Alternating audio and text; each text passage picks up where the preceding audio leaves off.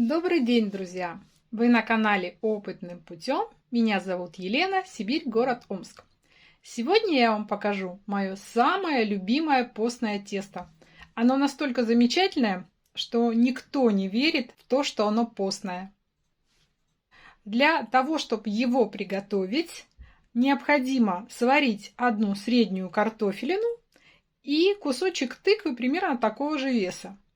Сейчас мы погруженным блендером превратим это в пюре.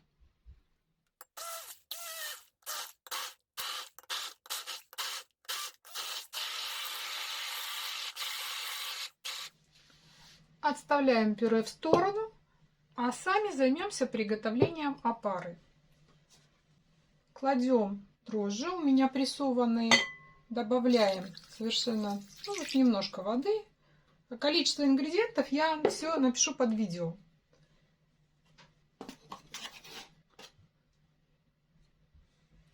Добавляем небольшое количество муки.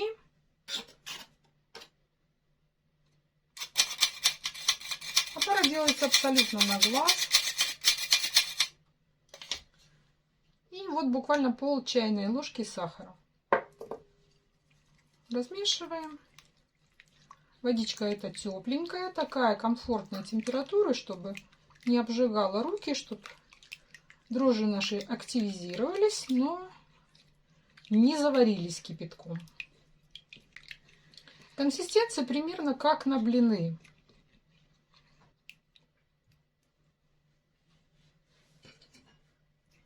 И теперь оставляем дрожжи в теплом месте для активации. Нам понадобится стакан вот такого пюре. Видите, какой оно консистенции.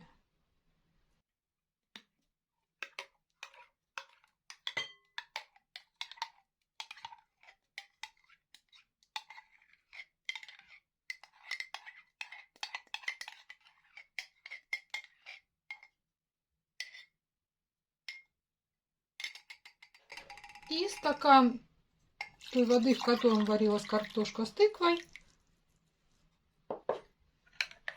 И добавлено немножко просто теплой воды. То есть жидкости условно, потому что пюре не очень жидкое. 2 стакана.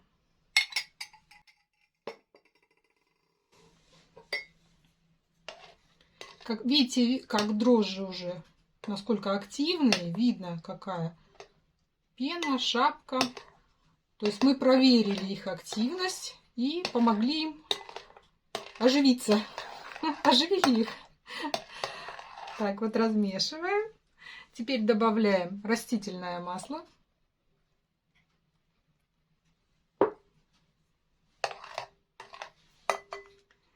И соль.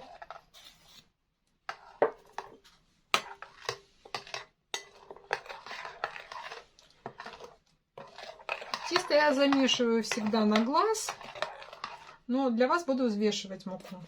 Сейчас вот здесь 300 грамм муки. Я сразу же добавила еще вот такой муки из твердых сортов пшеницы. И сейчас будем замешивать.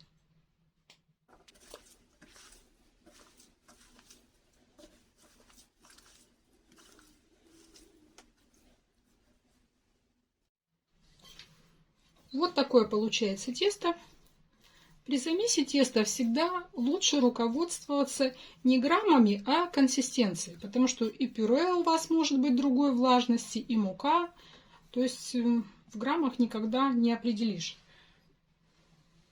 Я немножко добавляю растительного масла на руку. Сейчас еще немножечко подмешу. Вот видите, оно такое живое. Немножко липнет, но не критично. Слегка его округляем. Накрываем крышкой и отправляем в теплое место для расстойки. Время расстойки теста тоже зависит от многих факторов. От температуры окружающей среды, от активности дрожжей. Поэтому нужно ориентироваться на то, чтобы тесто увеличилось в объеме примерно в 2 раза. Вот у меня так сейчас и произошло.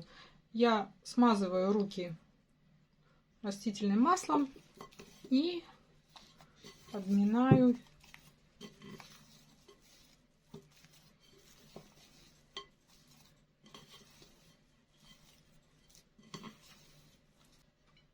Отправляем на дальнейшую расстойку.